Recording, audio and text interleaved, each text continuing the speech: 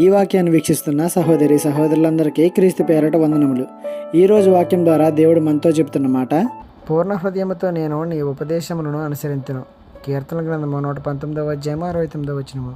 మనం అనుకుంటాం, నేను దేవునిలో ఎంత మంచిగా ఉన్నానో, ఎంతగా ఎదుగుతున్నానో, నేను పరిపూర్ణంగా దేవునిలో ఉంటున్నా, వాక్యంను తూచా తప్పకుండా పాటిస్తున్నా అని.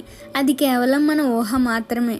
మనం పూర్ణ హృదయంతో దేవుని వాక్యాన్ని అంగీకరించి వాటిని అనుసరించి నడుచుకుంటే లోకం నుండి వేరైపోతాం. లోక మర్యాదలు, ఆచారాలు పాటించము.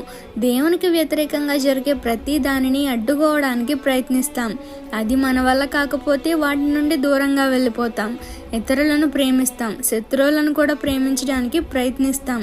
ఇంకా చాలా ఉంటాయి వాక్యం అనుసరించి నడుచుకోవడం వల్ల వచ్చే అలవాట్లు. మరి అవన్నీ మనలో ఉన్నాయా?